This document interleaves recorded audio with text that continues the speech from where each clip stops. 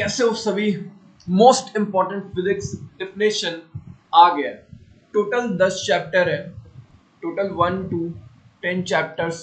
अगर आपने डेफिनेटली इनके सारे टॉपिक जो मैं बताने वाला हूँ, ये सारे डेफिनेशंस हैं, ठीक है, तो इनको छोड़ के मत जाना। बहुत इंपॉर्टेंट टॉपिक्स है और बहुत प्यार से आप लोगों के लिए लाया गया है, तो मेहनत किया गया थोड़ा। आप लोग कुछ नहीं, आप अपना मेहनत दिखाओ। सबसे पहला है इलेक्ट्रिक चार्जेस एंड फील्ड, ठीक है, इलेक्ट्रिक चार्जेस एंड फील्ड। इसमें जो आपको करना है डेफिनेशन,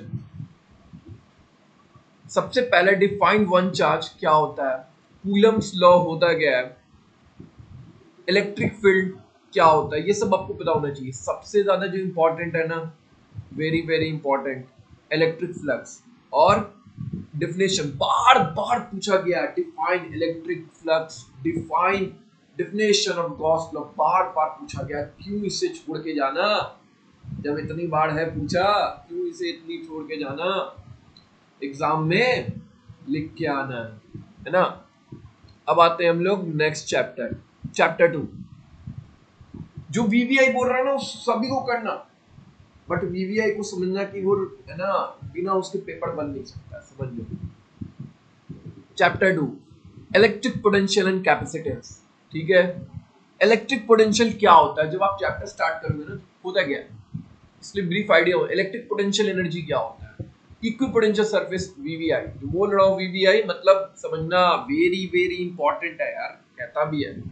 कैपेसिटेंस और कैपेसिटर्स, ये आपको वीवीआई रखो, बट इसमें लिख लो कि ये 50% है।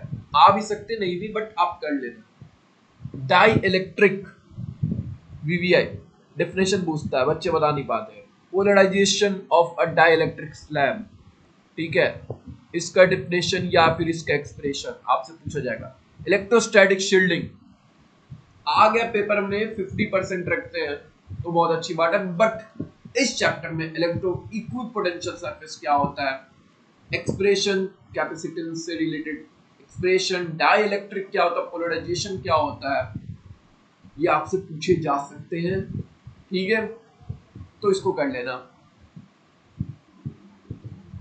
Current electricity, third chapter. Current electricity जो आपका ये चैप्टर है, इसमें सबसे ज्यादा इंपॉर्टेंट हमारा, पहले नंबर पे रख दिया उसको मैंने, ड्रिफ्ट वेलोसिटी। मत छोड़ के जाना, एक्सप्रेशन या डेफिनेशन या फिर डेरिवेशन कुछ पूछेगा ही। रिलैक्सेशन टाइम क्या होता है, 50% रखा, बस इसको पढ़ लेना।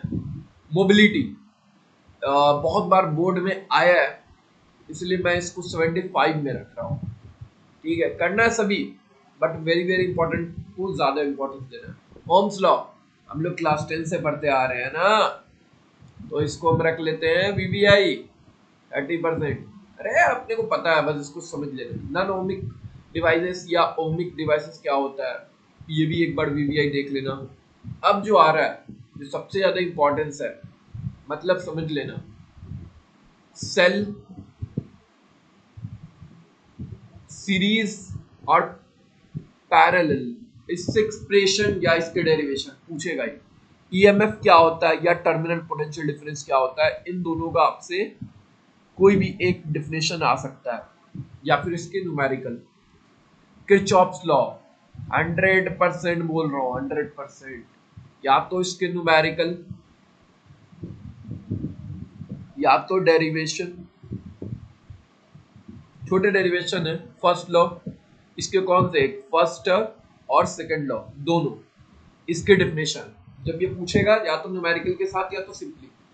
इलेक्ट्रिक पावर क्या होता है, 50% रख दे रहा हूँ, डेफिनेशन में भी ना आए तो न्यूमेरिकल देख लेना। Wheatstone bridge, working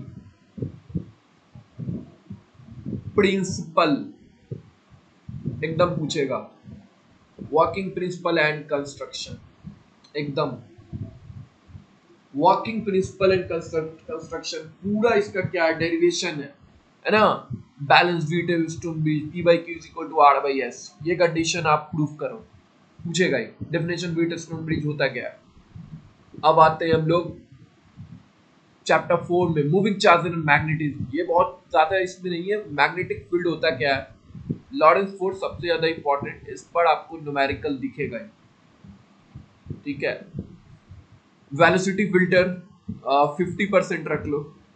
magnetic field होता क्या है, मैग्नेटिक फील्ड लाइंस क्या होता है, ये सब देख लेना। Chapter 5 theory based chapter, solenoid क्या होता है, डेफिनेशन पूछ सकता है आपसे। मैग्नेटिक फील्ड लाइंस क्या होता है, मैग्नेटिक फील्ड लाइंस के प्रॉपर्टीज, सबसे ज्यादा प्रॉपर्टीज ये देख लेना। मैग्नेटिक डाइपोल क्या होता है, मैग्नेटिक डाइपोल मोमेंट क्या होता है, मैग्नेटिक परमेबिलिटी जिसको म्यू नॉट बोलते हैं, ये क्या होता है। मैग्नेटिक सब्सटेंसेस है ना, या मैग्नेटिक मटेरियल्स बोलो, पारा, डाई एंड फेरो, या तो इनके डिफरेंस और या तो इनके 2 पॉइंट्स लिखो, या फिर मिनिमम 4-5। परमानेंट मैग्नेट्स होता क्या है, इलेक्ट्रोमैग्नेट्स होता क्या है, इन दोनों का डेफिनेशन पूछ सकता है। सबसे ज्यादा इस चैप्टर में जो इंपॉर्टेंट है, सोलेनॉइड है, मैग्नेटिक डाइपोल ये इंपॉर्टेंट है, मैग्नेटिक फील्ड लाइन इंपॉर्टेंट है, परमानेंट मैग्नेट और मैग्नेटिक प्रॉपर्टीज, ये मत छोड़ के जाना, ठीक है, अगर एग्जाम में नंबर लाने तो। ईएमआई की बारी आई, इलेक्ट्रोमैग्नेटिक इंडक्शन, जिन्हें नहीं पता है इनमें है सबसे पहले इलेक्ट्रो मैग्नेटिक इंडक्शन में सबसे पहले मैग्नेटिक फ्लक्स, वीवीआई कर लो, है ना। Faraday's and Henry's law, VVI कर लो, एकदम लॉ में पूछना है। लेंज लॉ, वीवीआई कर लीजिए। मोशनल ईएमएफ, वीवीआई, मैं जो वीवीआई इसलिए सारे जो लिखा है, सेल्फ एंड म्यूचुअल इंडक्टेंस, ये जो 5 टॉपिक है आपके, इसमें ये इलेक्ट्रोमैग्नेटिक इंडक्शन में कर ही लेना तो बढ़िया रहेगा। आपके पास अपना नोट्स होना चाहिए सारे टॉपिक्स का लिखा हुआ, बार बार लिखो, बार बार लिखो लिखो, जितना लिख सकते हो। डिफिनेशन जितना लिखोगे ना उतना माइंड में आएगा, समझ में आएगा। एसीआई, अल्टरनेटिंग करंट में, अल्टरनेटिंग करंट क्या होता है, ठीक है, उसके फेजर्स डायग्राम क्या होते हैं, फिर उसमें और भी बहुत सारी चीजें हैं। एलसीआर सर्किट क्या होता है, आरएलसी सर्किट क्या होता है, ठीक है, इंडक्टिव सर्किट किसको बोलते हैं, ठीक, ये सब आपको देखना पड़ेगा तभी जाके।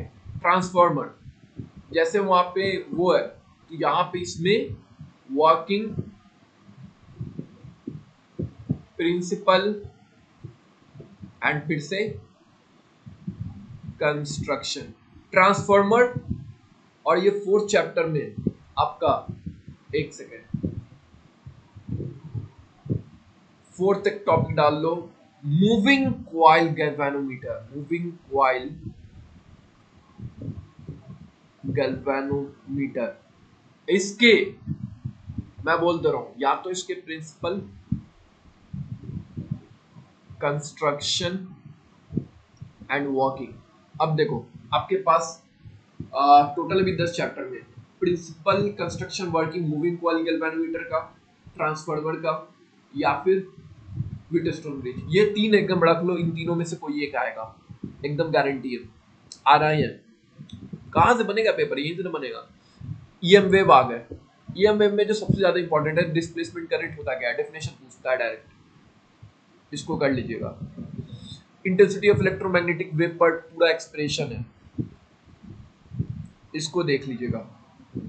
नेक्स्ट आता है हमारा ऑप्टिक्स, ऑप्टिक्स को 2 पार्ट में, एक रे ऑप्टिक्स, ये रे है,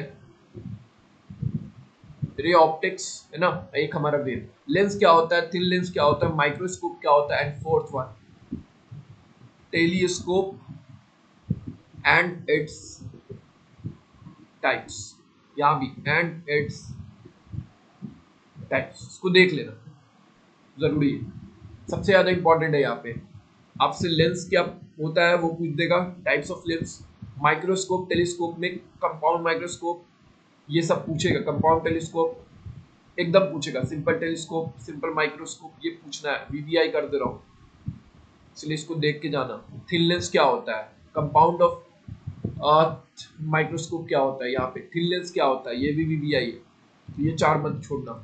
wave optics chapter 10, wave optics में आपको सबसे पहले डेफिनेशन वेव फ्रंट आ सकता है, हाइजेंस प्रिंसिपल क्या होते हैं, रिफ्लेक्शन और डिफ्रैक्शन दोनों में, ठीक है, डिफ्रैक्शन ऑफ लाइट क्या होता है, पोलराइजेशन ऑफ लाइट क्या होता है, यही है हाइजेंस प्रिंसिपल सबसे ज्यादा इंपॉर्टेंट, डिफ्रैक्शन उसके बाद, और लास्ट में ये 50% है। ठीक है, इतना कर लीजिए, आपका काम बन जाएगा डेफिनेशन में। ठीक है, और पेपर बनेगा, पेपर मजाक नहीं कर रहा हूँ, पेपर बनेगा इसी से 50 नहीं, हम लोग रख ले रहे 35% तो इसी से पेपर बनने वाला है आपका।